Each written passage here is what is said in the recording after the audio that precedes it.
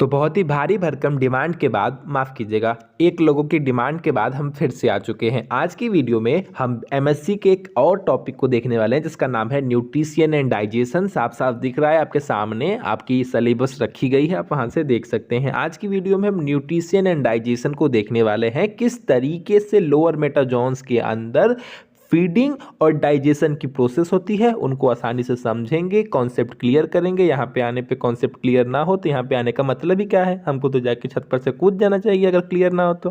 अरे नहीं नहीं मालिक, ऐसा मत करिएगा, आप चले जाएंगे तो हम संभाल लेंगे चैनल, आप जाइए जाइए, कोई दिक्कत नहीं है, कूद जाइए, कोई दिक्कत नहीं है। अगर कोई नहीं कमेंट करेगा तो हम ही लिख देंगे कि हमको समझ में नहीं आया, दूसरी आईडी बना के। चलिए छोड़िए, टॉपिक पे आते हैं। देखिए आज की वीडियो हमको न्यूट्रिशन और डाइजेशन देखना है। न्यूट्रिशन को सबसे पहले हम समझेंगे, फिर डाइजेशन को समझेंगे, उसके बाद हम कहीं आएंगे कि किस तरीके से लोअर मेटाजॉन्स के अंदर फीडिंग की प्रोसेस होती है, डाइजेशन की प्रोसेस होती है, उनको आसानी से समझेंगे। और ये भी समझेंगे कि लोअर मेटाजॉन्स क्या होता है, क्योंकि हमने पिछली वीडियो में, यानी कि जहां पे हमने स्यूडोसिलोमेट वाला टॉपिक पढ़ा था, यानी कि हमने जो सीलोम वाला टॉपिक पढ़ा था, वहां पे हमने समझा था कि मेटाजॉन्स, अब ये मेटाजॉन्स ये लोअर मेटाजॉन्स में कैसे आ गया, मतलब ये क्या कहना चाह रहे हैं। मन में एक टॉपिक तो, एक डाउट तो आएगा ना, तो हम उसे समझेंगे कि क्या होता है हायर मेटाजॉन्स और क्या होता है लोअर मेटाजॉन्स। ये समझना हमारे लिए उतना ही इंपॉर्टेंट है जितना इंपॉर्टेंट ये था कि मेटाजॉन्स क्या होता है, ये समझना। तो पिछली वीडियो में तो हमने क्लियर किया था कि मेटाजॉन्स क्या होता है, उसे समझ लीजिए। देखिए मेटाजॉन्स का मतलब होता है ऐसे एनिमल्स जिनके एम्ब्रियोनिक डेवलपमेंट के दौरान 2 या 3, ठीक है, 2 या 3 जर्मिनल लेयर का फॉर्मेशन होता है, ऐसे एनिमल्स आपके मेटाजॉन्स के अंतर्गत आते हैं। सिंपल सी बात है, 2 या 3 जर्मिनल लेयर का, ऐसे समझिए, या तो एंडोडर्म और एक्टोडर्म का फॉर्मेशन हो जाए, या एंडोडर्म, मीसोडर्म और एक्टोडर्म तीनों लेयर का फॉर्मेशन हो जाए, तो ऐसे एनिमल्स मेटाजॉन्स के अंतर्गत आते हैं। अब बताएगी कि हायर मेटाजॉन्स और लोअर मेटाजॉन्स क्या होता है। लोअर मेटाजॉन्स से मतलब ये होता है कि आपके प्रिमिटिव मेटाजॉन्स, यानी कि जो बहुत प्राचीन टाइम से पाए जाने वाले आपके मेटाजॉन्स हैं, वो आपके लोअर मेटाजॉन्स के अंतर्गत आते हैं। और जो आपका हायर मेटाजॉन्स होता है, यानी कि आपका मॉडर्न मेटाजॉन, या आप कह सकते हैं कि कॉम्प्लेक्स या डेवलप जो मेटाजॉन्स हैं, जो आपके मॉडर्न मेटाजॉन्स हैं, उनको क्या कहलाता है, वो आपके हायर के अंतर्गत आते हैं, आपके हायर मेटाजोआ के अंतर्गत आते हैं। अब इतने सब के बाद भी आपके कौन, मतलब आपके क्या कहते हैं, मतलब आपके कंफ्यूजन या डाउट क्लियर ना हुए हों, क्या ही मतलब दिमाग है कि कचरा। आपके अगर कंफ्यूजन क्लियर ना हुए हों तो आप चिंता ना करिएगा, आगे चल के चीज़ें क्लियर हो जाएंगी। अभी तो हमने बहुत हल्का सा समझा है ना, अभी तो प्यार से धीरे धीरे आगे भी तो चलना है ना। तो अभी मेटाजॉन्स वाली टॉपिक को साइड कर दो, पहले समझते हैं कि न्यूट्रिशन और डाइजेशन क्या है। सबसे पहले पहला वर्ड पकड़िए, न्यूट्रिशन। आइए इसका थोड़ा पोस्टमार्टम करना स्टार्ट करते हैं, थोड़ा इसको एक्सप्लेन करते हैं क्या ही कहना चाह रहे हैं ये भी। तो आइए देखते हैं। जैसा कि हमें पता है कि सभी ऑर्गेनिज्म को एनर्जी रिक्वायर्ड होती है, यही चीज फारसी में लिखी है, हम फारसी में पढ़ते हैं, ज्यादा अच्छे से समझ में आएगी, अंग्रेज कहीं के। Every organism needs energy to perform its basic metabolic function. This energy can be obtained from food and sun. As sun is universal source of energy, but only autotrophic organism can obtain energy from the sun. यानी कि हिंदी में इतना सारा बातों का यही कहना है कि जो आपकी मेटाबॉलिक फंक्शन होती है, उनको चलाने के लिए हर ऑर्गेनिज्म को एनर्जी रिक्वायर्ड होती है, एनर्जी की ज़रूरत होती है। और यह एनर्जी हमें कहाँ से ऑब्टेन होती है, कहाँ से प्राप्त होती है, तो हमें फूड से, यानी कि खाने से, यानी कि भोजन से, और सन से प्राप्त होती है, यानी कि सूर्य की रोशनी से प्राप्त होती है। अब सन से हमको तो प्राप्त नहीं होती है, सिर्फ हमें नॉर्मल सा विटामिन डी वगैरह छोटी छोटी चीज़ मिल जाती है, लेकिन हमारी भूख तो नहीं ना मिटेगी भैया। तो फिर क्यों आप यहाँ पे सन कह रहे हैं। सन का लेना देना आपसे नहीं, प्लांट से है, पौधों से है। देखिए, as sun is a universal source of energy. आपको पता है कि जो सूर्य है वो यूनिवर्सल सोर्स है, पूरे ब्रह्मांड का सोर्स है एनर्जी में। पूरे ब्रह्मांड में एनर्जी का एकलौता कह सकते हैं सोर्स आप कौन है, आपका सूर्य है। लेकिन अनलिमिटेड एनर्जी होने के बाद भी वो आपके तो उतने काम की नहीं है, क्योंकि आप तो ऑटोट्रोफिक ऑर्गेनिज्म है नहीं कि खुद से आप खाना स्वयं ही बना लें, सूर्य की रोशनी को अपने अंदर एक्सेप्ट करके आप खाने का फॉर्मेशन कर ले।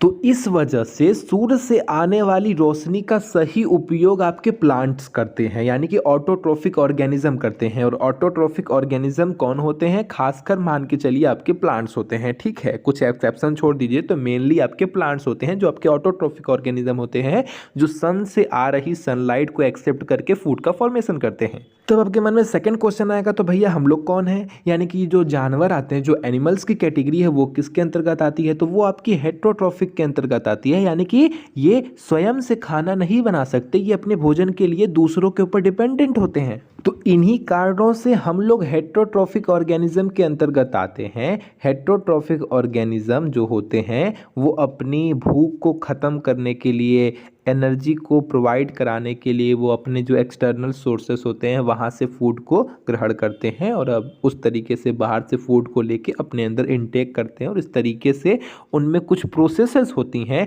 और उन प्रोसेसेस के थ्रू तब जाके उनके अंदर एनर्जी का फॉर्मेशन होता है। कौन कौन सी प्रोसेस होती है वो समझ लीजिए। जब हम फूड को फीड करते हैं, सबसे पहले क्या करते हैं? हम फूड को इकट्ठा करने के बाद उसको फीड करते हैं, यानी कि उसको खाते हैं। खाने के बाद वो कहीं हमारे पेट में जाता है और फिर उसका कहीं डाइजेशन होता है, और डाइजेशन होने के बाद जब उसका पाचन हो जाता है तो उसमें से जो जरूरी न्यूट्रिएंट्स होते हैं उनको बॉडी के द्वारा एब्जॉर्ब किया जाता है। तो बस यही 3 प्रोसेस में आपकी बेसिक प्रोसेस की बात की जाए तो वो इन 3 स्टेप्स में आपकी कंप्लीट हो जाती है और इस तरीके से हमें एनर्जी प्रोवाइड हो जाती है, एनर्जी ऑब्टेन हो जाती है, प्राप्त हो जाती है।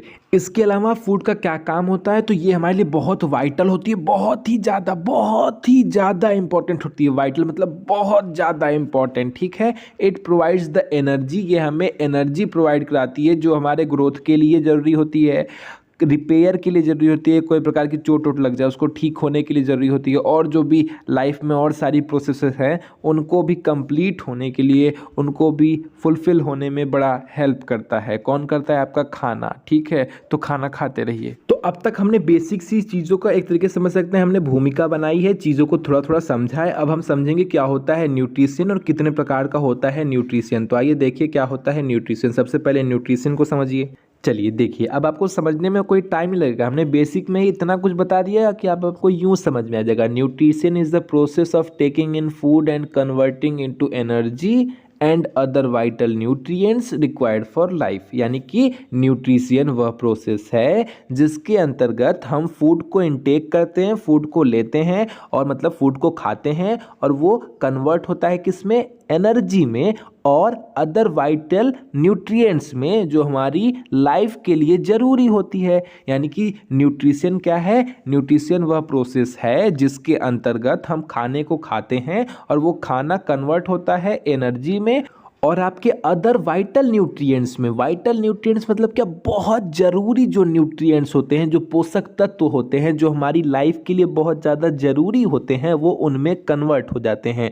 क्योंकि आपको भी पता है कि बहुत सारे ऐसे न्यूट्रिएंट्स होते हैं जिनका हमारी बॉडी खुद से फॉर्मेशन नहीं कर सकती है, तो उन सभी की पूर्ति के लिए हमें उन न्यूट्रिएंट्स को बाहर से लेना पड़ता है। और बाहर से हम किस फॉर्म में लेते हैं? तो उसी खाने के फॉर्म में लेते हैं। तो उम्मीद करता हूँ आप समझ पा रहे होंगे।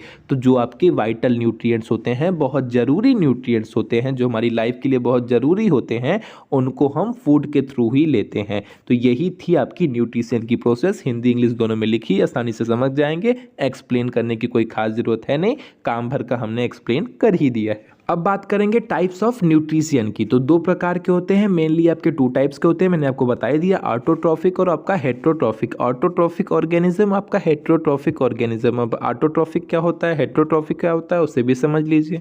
वैसे तो हमको पता है कि आप लोग बहुत एक्स्ट्रा टैलेंटेड हैं, आप लोग पीछे बताई गई बातों से ही समझ गए होंगे, लेकिन फिर भी हम गरीब हैं, समझ लीजिए, क्या ही कर सकते हैं। मालिक कोई सेंस है इस बात का?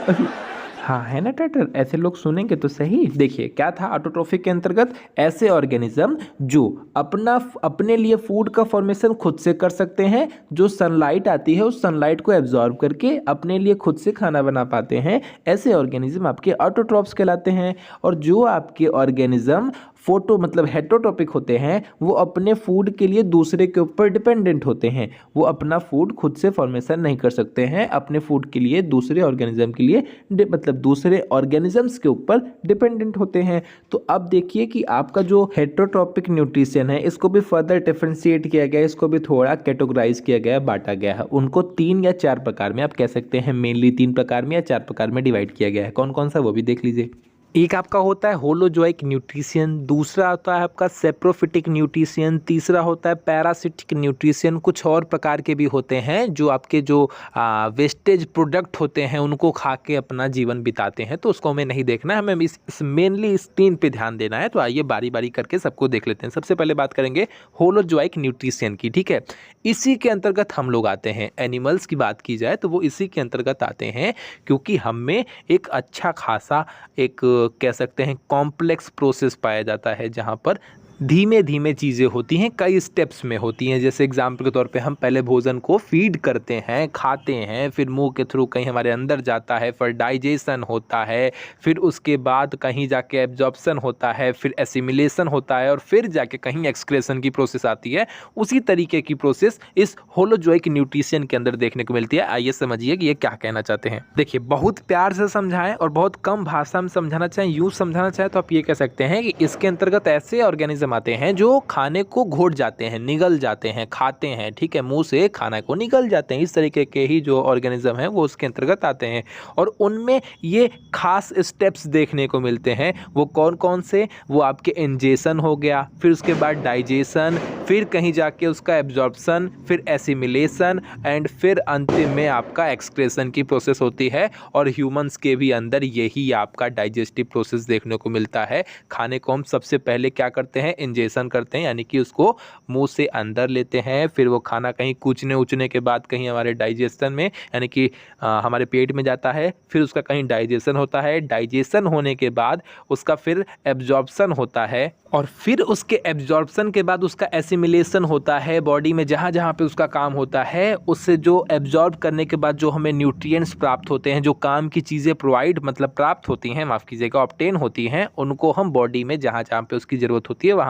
पे हम भेज देते हैं। और फिर सबसे बाद में अंत में जो ख़राब चीज़ें बचती हैं, जो वेस्ट या अनडाइजेस्टेड पार्टिकल बचते हैं या अनवांटेड पार्टिकल बचते हैं, उनको ही हम एक्सक्रीट आउट कर देते हैं। यानी कि वही मॉर्निंग में हम जो बाथरूम जाते हैं, माफ़ कीजिएगा लैट्रिन जाते हैं और वेस्ट मटेरियल को बाहर निकाल देते हैं। इस तरीके से यही प्रोसेस हमारे अंदर देखने को मिलती है और यही प्रोसेस होलोजोइक न्यूट्रिशन के अंदर जो जो ऑर्गेनिज्म आते हैं उन सभी के अंदर देखने को मिलती है। तो इसको भी 3 कैटेगरीज में डिवाइड किया गया है। कौन कौन से? आपके हर्बीवोरस, कार्निवोरस और ओमनीवोरस। हर्बीवोरस के अंतर्गत ऐसे ऑर्गेनिज्म आते हैं जो अपने खाने के लिए प्लांट्स के ऊपर डिपेंडेंट होते हैं। एग्जाम्पल के तौर पे आपका गाय, भैंस, हिरन, ये सब क्या है, बकरी, ये सब क्या है, ये सब आपके हर्बीवोरस के अंतर्गत आएंगे। बात की जाए कार्निवोरस की तो ऐसे एनिमल्स जो अपने खाने के लिए किसी दूसरे जानवर के ऊपर डिपेंडेंट हो, यानी कि आप ऐसे कह सकते हैं कि वो खाने के रूप में किसी दूसरे जानवर को खाते हो। यानी कि बहुत मोटा मोटा बताया जाए तो कार्निवोरस का मतलब ये होता है कि ऐसे ऑर्गेनिज्म जो मांस खाते हों, ठीक है। तो ये क्या हो जाएंगे? ये आपके लॉयंस हो जाएंगे, टाइगर्स हो जाएंगे और आपके लेपर्ड हो जाएंगे। इस तरीके के जो ऑर्गेनिज्म आते हैं वो कार्निवोरस के अंतर्गत आएंगे। अब बात की जाए ओमनीवोरस की तो इसके अंतर्गत हम लोग आते हैं। अब जब हम जहाँ हमारा नाम आ गया, आप समझ ही सकते हैं कि ऐसे ऑर्गेनिज्म इसके अंतर्गत आएंगे जो प्लांट से भी खाते हो और जानवरों को भी खाते हो, यानी कि प्लांट को भी खाते हो और जानवरों को भी खाते हो। ऐसे ऑर्गेनिज्म इसी ओमनीवोरस के अंतर्गत आते हैं। तो उम्मीद करता हूँ आपने ये तीनों चीज़ समझ गई होगी। तो हम लोग किस न्यूट्रिशन के अंतर्गत आते हैं? तो होलोजोइक न्यूट्रिशन के अंतर्गत ही हम लोग आते हैं। होलोजोइक का ही एक एग्जाम्पल है आपका प्रोटोजोआ के अंतर्गत आने वाला अमीबा। अमीबा भी इसी का एग्जाम्पल है और अगर आपके चैप्टर में ये है यानी कि अमीबा है तो मैं उसे भी बता दूंगा। लेकिन अमीबा आपका मेटाजॉन्स नहीं है, वो प्रोटोजोआ के अंतर्गत आता है, वो प्रोटोजॉन्स है। और यहीं पे एक छोटी सी टॉपिक क्लियर कर देता हूँ। मैंने आपको स्टार्टिंग में बताया था कि एनिमल्स को 2 पार्ट में डिवाइड किया गया है, एक आपका यूनिसेलुलर, एक आपका मल्टी सेलुलर। तो जो आपके मल्टी सेलुलर होते हैं, जो बहुत सारी कोशिकाओं से मिलकर बनते होते हैं वो आपके मेटाजोआंस हैं, ठीक है, क्योंकि मेटाजोआंस के अंदर बहुत सारी कोशिकाएं से मिलकर उसके ऑर्गेनिज्म बनते हैं। लेकिन जो आपके यूनिसेलुलर होते हैं, यानी कि जो एक कोशिका से मिलकर बने होते हैं, वो आपके प्रोटोजोआंस होते हैं, यानी कि जिस तरीके से आपका अमीबा हो गया वो एक सिंगल सेल से मिलकर बना होता है। तो प्रोटोजोआ और मेटाजोआंस के बीच में यही एक बहुत बड़ा डिस्टेंस या कह सकते हैं बहुत बड़ा डिफरेंस होता है। क्या कि प्रोटोजोआ सिंगल सेल्ड होते हैं और ये जो मेटाजोआंस हैं ये मल्टी सेलुलर होते हैं, बहुत सारी सेल से मिलकर बने होते हैं। बहुत सिंपल सा डिफरेंस है, आप इससे बहुत आसानी से समझ सकते हैं कि क्या प्रोटोजोआ है और क्या मेटाजोआ या मेटाजोआंस है। अब बात करते हैं कि सेप्रोफिटिक न्यूट्रिशन क्या है। नाम से ही बहुत कुछ समझ में आता है। ये चीज़ें आपने बचपन में, या कह सकते हैं बचपन में क्यों जा रहा हूँ, ये आपने बीएससी में ही पढ़ी होगी, ये सब न्यूट्रिशन के बारे में पढ़ाई होगा। तो सेप्रोफिटिक का मतलब होता है कि ऐसे ऑर्गेनिज्म जो अपना खाना किसी डेड ऑर्गेनिज्म को, ठीक है, किसी को मतलब कोई जो डेड ऑर्गेनिज्म है या कोई जो सड़ा गला पदार्थ होता है उनके ऊपर रह के ही अपने लिए खाना बनाते हो या अपना फीडिंग या जो भी है अपनी प्रोसेस करते हो।